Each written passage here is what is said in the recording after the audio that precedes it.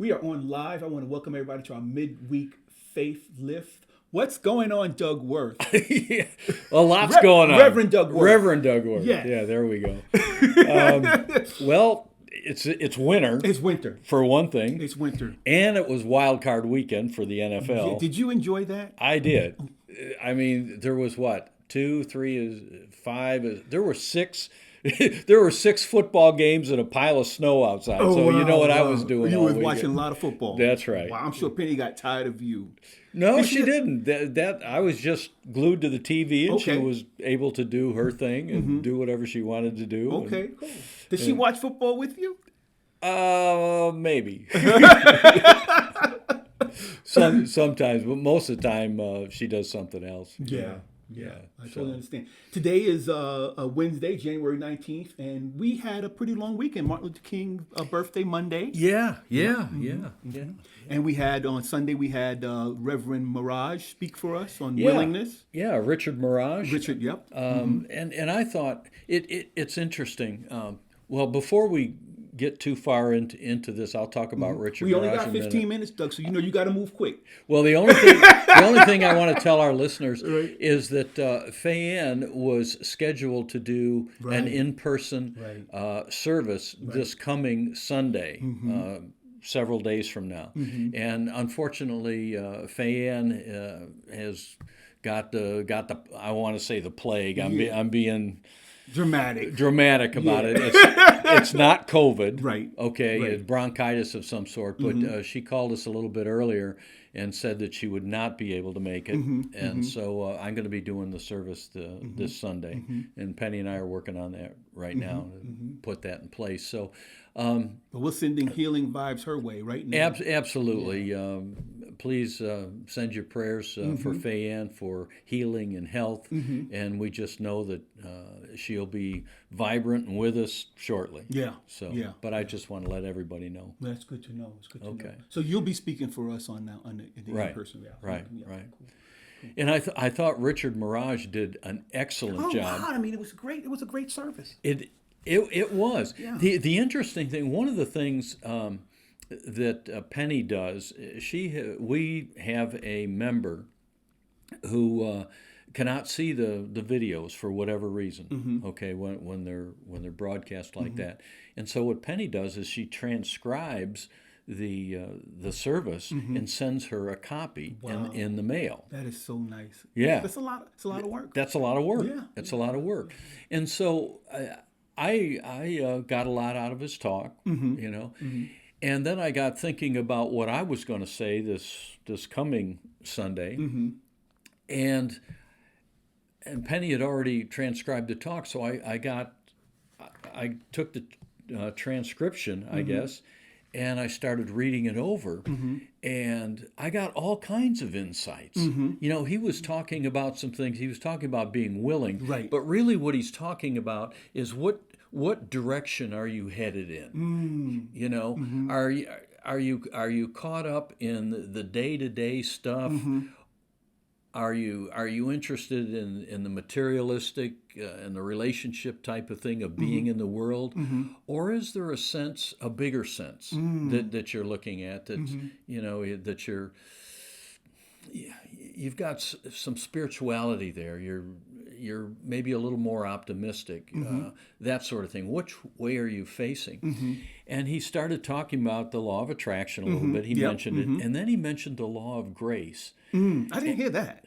Yeah. Wow. Yeah. He just mentioned it. And as I was reading over the talk, and there it is. He's talking about Jesus, and he said, the truth is we live in a responsive universe. Jesus said, as you give, so shall you receive. And he also said that this was the Father's good pleasure to give you the kingdom. Jesus is really talking about the law of attraction and the law of grace. Wow. Things are always moving in our favor.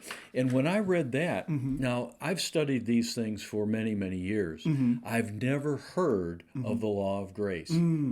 And that's exactly what my talk was going to be about this coming Sunday. Wow. So all of a sudden, as I was focusing in this direction, here comes a little bit of, just a little tweak, all right? And so I've been I've been over the past couple of days. I've been looking online. So what is this law of grace? How does and a whole World opened up.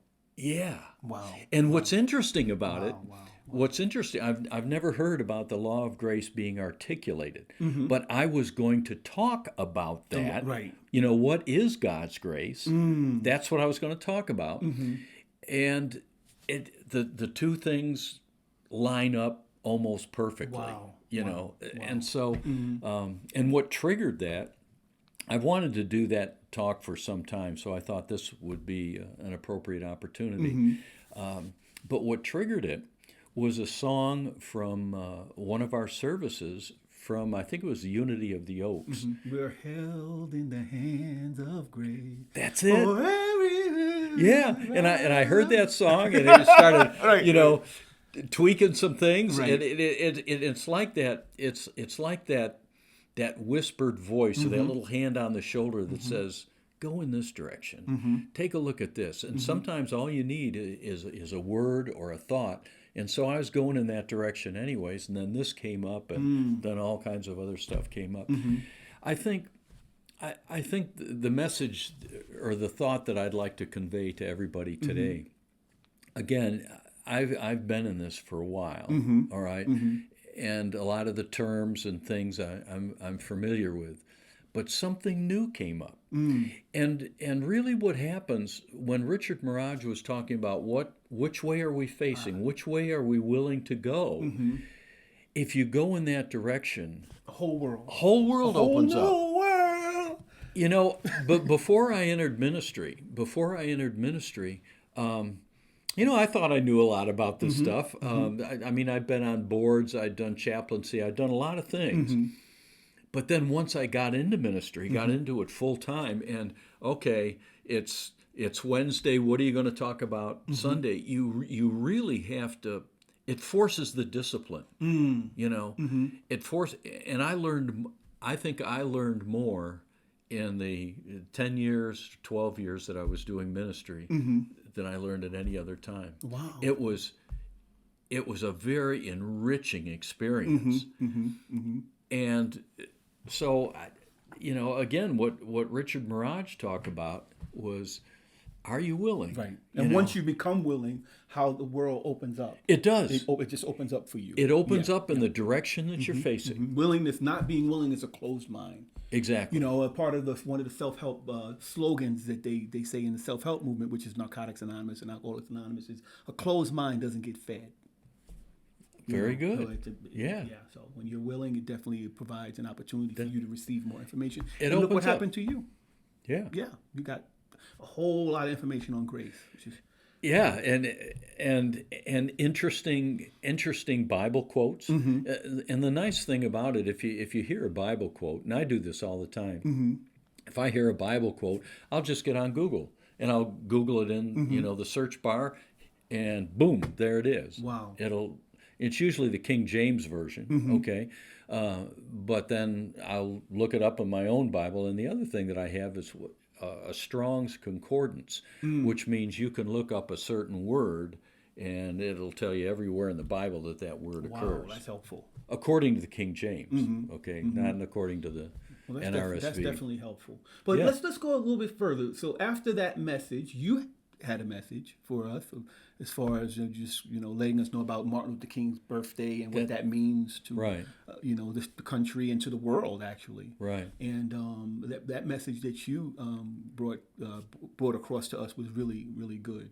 I appreciate that. And a lot of it kind of segued from Richard's message. He talked a little bit about being willing. And you kind of talked about what happens after the willingness, like what's to come after the willingness. And you talked about to some extent the storm, like what happens. I mean, you mentioned here it said, once you become, you didn't say this, but once you become willing, the tension, you have to be ready for the tension, the conflict, and the struggles that come. That's right. After that. That's right. Yeah, and and the courage that we need to be able to face that. Yeah, and the courage is as much faith as it is anything else. And just just an absolute, total conviction that you're doing the right thing. And when that happens, then everything else is just noise. It's details. And that is certainly what Martin Luther King Jr.'s life was like. I mean, because you have a lot of stuff coming at you. That's right. And so you talked about this heart center that needs to be present, right? The heart center, which is the most powerful force. It is. For change to happen. Like if there's something going on in here, as opposed to, it needs to be here, but it also needs to be here. You talked about when it's here, it happens quicker. And so what he was doing was touching a lot of people's he was going straight for the going straight for the heart thing. You know, it's important to talk about the legacy that Martin Luther King has left us, and the ideals that he had. It's very important to talk about that. Within the unity framework, you know, we had just done the burning bowl, and there are steps to the spiritual journey, and that's what Martin Luther King was demonstrating. Yeah. He had a much greater vision, I would say a divine vision, you know, and he was willing to go through all the conflicts and all the rest of the stuff. I don't, you know, if I was trying to do something and had that many people hating me, I don't know if I'd be able to I don't know that I'd be able to do it. Right, yeah.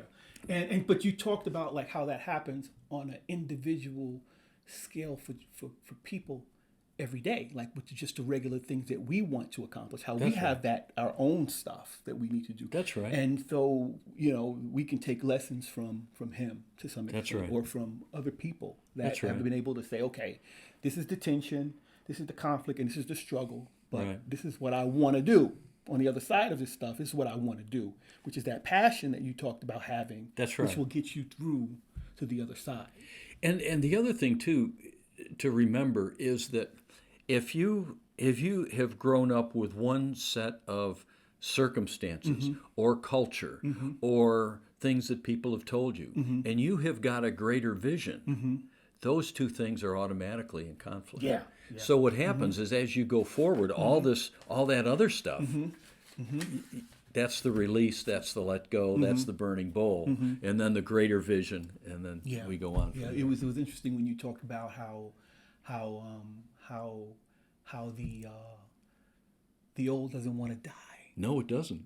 Where the hell you think you're taking me? I don't want to go there. I like this place. I'm not trying to go anywhere. That's right. And that's what's happening with anything that when we're trying to change anything. It's what you're comfortable with. Yeah. It's what you know. I'm what you're familiar hold on for with. Dear life. And the interesting thing about that. And that's why this center is so important. That's what you taught. It is. It's huge. It's huge. Oh, go ahead. I'm sorry, I interrupted you. We ain't got that much time, Doug. We can go. I love it. Go ahead. Well, I could talk forever. Okay, but I think the long and the short of it, we've all known people who have grown up in a dysfunctional family, and what happens when they become adults? They become, get into a relationship. They have kids, all that kind. What happens is that dysfunction comes right along with them. Yeah. And then the next generation. In the Bible, it says the sins of the father to the seventh generation. That's so true. So true. And it's so true.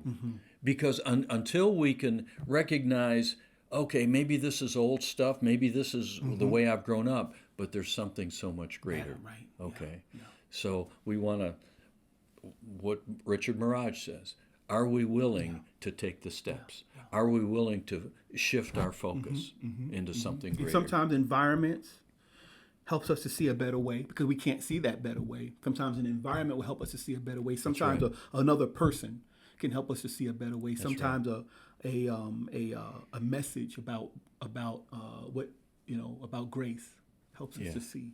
That's what we're going to talk about this Sunday, and we're going to talk about.